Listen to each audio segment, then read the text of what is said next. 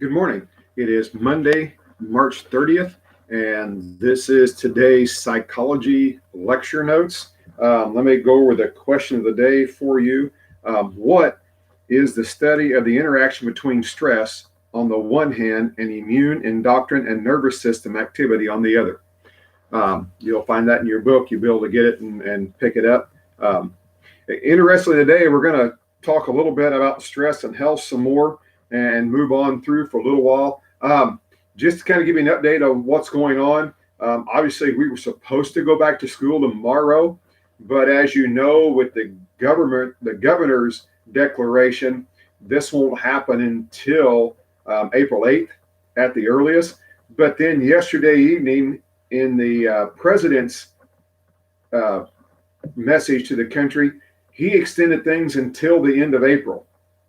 So there's a good possibility that we will continue on day to day by doing class this way in through April. I will always come on every day, have some kind of a YouTube message for you, whether it's a lecture or just a shortened message. And I'll always have a question of the day. As we get to the point where we end this chapter, I'll send out a study guide through the Teams app. You do the study guide through the Teams app and turn it back in, and you will get credit for doing the study guides. Okay. We'll try to transition through this as best we can. Obviously, it would be a lot nicer to be in class, looking face to face, asking questions, and trying to do a little bit better job that I can get done here just by reading notes to you.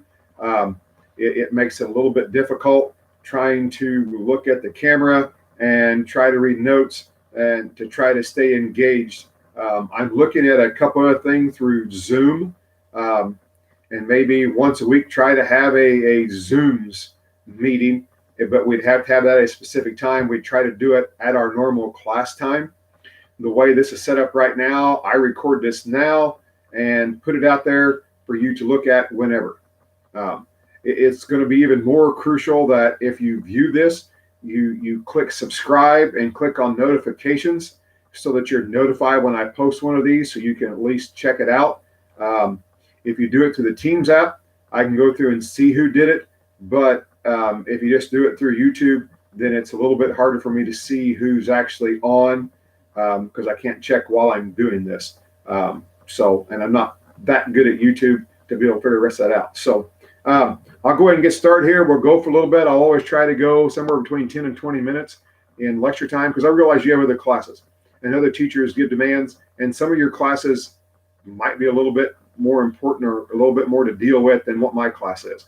So I'm not going to get too carried away and worry about the amount of time I spend doing these notes. It'll take whatever time it takes. Okay. So what is more common than the common cold? We are exposed to cold viruses all the time, but our immune system usually fights them off, unless it's something new. This COVID-19 is something new, and it's harder for immune systems to fight it off.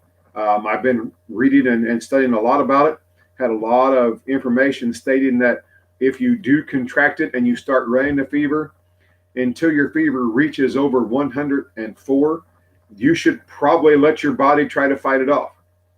They are definitely saying don't take Advil and aspirin like that, because those work to reduce the fever, and that actually causes more problems and allows this virus to run more rampant through your body. They say if you get over 104 temperature, consult your physician for sure and see what they recommend. But a lot of people are recommending things like Tylenol because of the way Tylenol is. But they say, unless it goes over 104, try to let your body fight this virus off. In a couple of days, your immune system possibly can fight it off. Now, saying that, we're looking at stress, and stress disrupts the function of your immune system. It can impair health. In a study done in 1998, 256 healthy participants were given a battery of tests, including life stresses interview and health practices questionnaire, and immunologic and endocrine assessments. Then they were exposed to one of 5 cold viruses or to saline, quarantined for 5 days, and tested daily to see if they had contracted a cold. Cohen found that severe but short-term stress was not linked to getting the bug, but people who had suffered severe chronic stress were more than twice as likely to catch a cold as people who did not have stressors. The type of stress also predicted who got sick. Participants who had serious problems in close relationships or had been underemployed or unemployed were 2.5 to 3 times more likely to catch a cold than those without these problems. Chronic stress, such as caring for an elderly parent, living in poverty, depression, or even stress associated with college exams, have been linked to suppressed functioning of the immune system. Um, so, all those things affect your immune system. Okay. Again, I want to stress that if you end up having symptoms of the COVID, you need to contact your physician.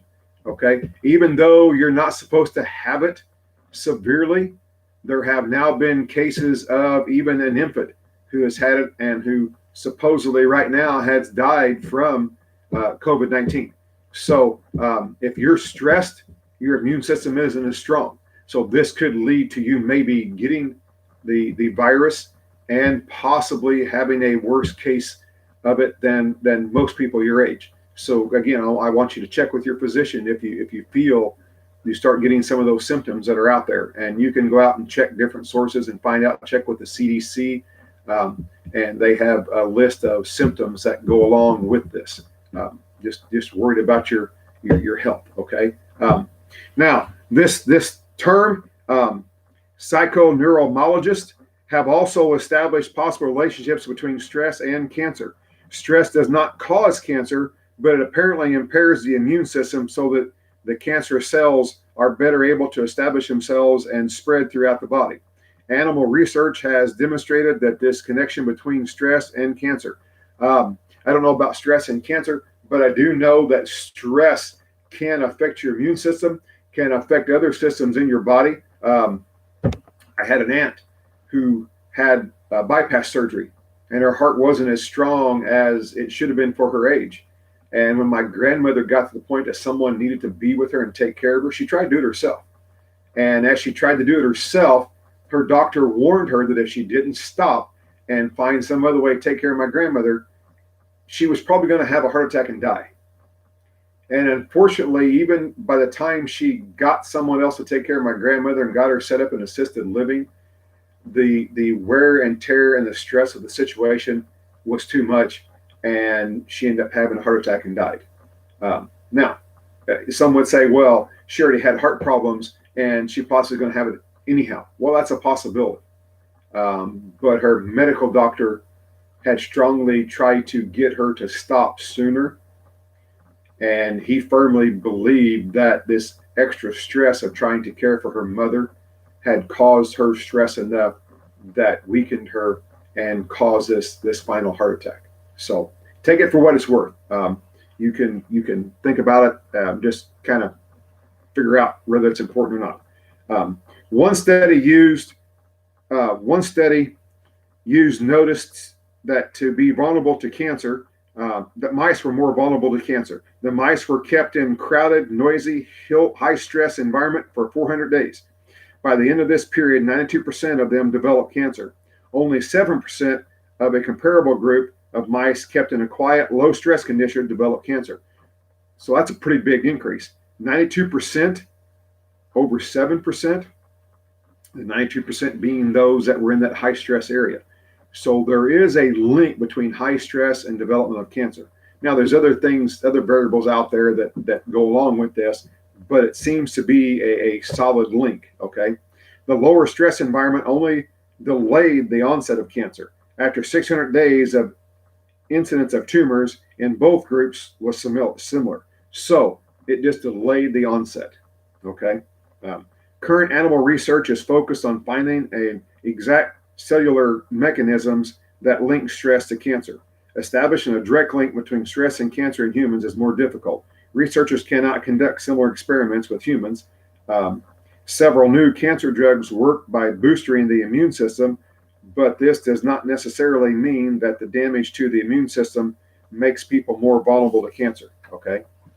Some early research showed a correlation between stress and incidence of cancer. However, more recent research has not confirmed these findings. So it's still kind of up in the air. But look at cancer itself. Cancer itself is up in the air on because some people can be treated one way, and people who have the exact same cancer can be treated that way, and it does no good. Uh, it only prolongs the inevitable. So it's really, really hard to come up with a correlation for cancer in humans. And obviously, you can't take humans and put them aside for 600 days and run tests and see if they're in a high stress level, do they get cancer? If they're in a low stress level, do they get cancer? We can't really do that. So it makes it harder. Apart from shedding light on the role in stress and cancer, many medical practitioners agree that psychologists can also play a vital role in improving the quality of life for cancer patients. Freud, with the diagnosis of faced with the diagnosis of late stage breast cancer, women understandably experience high levels of depression and mental stress. Many physicians now routinely recommend that their breast cancer patients attend group therapy sessions, which are effective in reducing depression and mental stress, hostility, insomnia, and perception of pain. Despite the initial reports that breast cancer participants who attended group therapy sessions actually had an increased survival rate, more recent investigations have not supported this claim. So we're looking at things to try to see if cancer can be reduced, or at least stress from cancer can be reduced. Okay. Staying healthy is the next area in our book. Scientists do not have a simple explanation for the common cold, much less cancer, but they do have advice on how to reduce stress and stay healthy. Stress may be part of life, but there are proven ways to reduce the negative impact of stress on your body and your health. Exercise is one: running, walking, biking, swimming, whatever aerobic exercise you enjoy doing regularly lowers your resting heart rate and your blood pressure, so your body does not react as strongly to stress and recovers more quickly. Numerous studies show that people who exercise regularly and are physically fit have higher self-esteem than those who do not. They are less likely to feel anxious, depressed, or irritable, and have fewer acne and aches and pains, as well as fewer colds.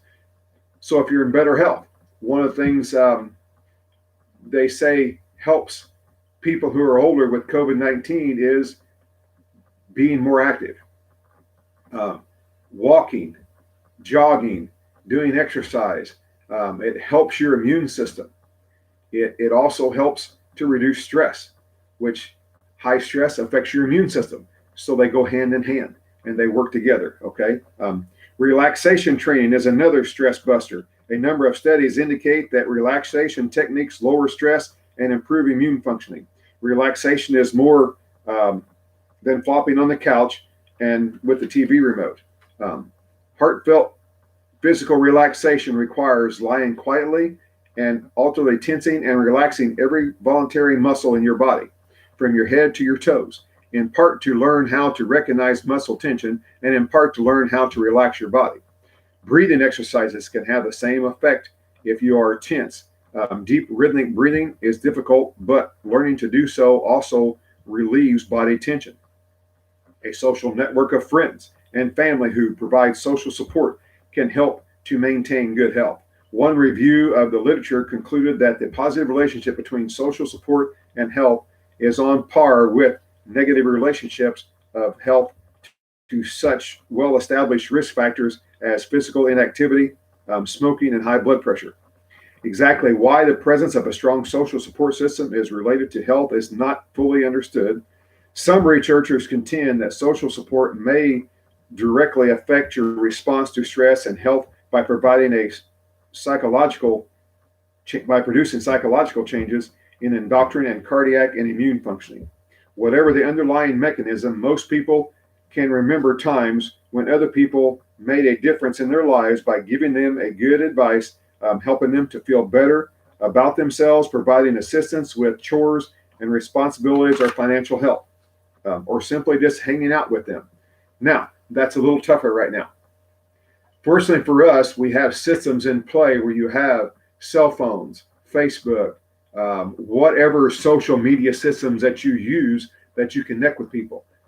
You're strongly urged to have social distancing when you're out, not closer than 6 foot to people. You're not supposed to be getting together with other people who don't live in your household. And there are some people that this can be extremely tough on.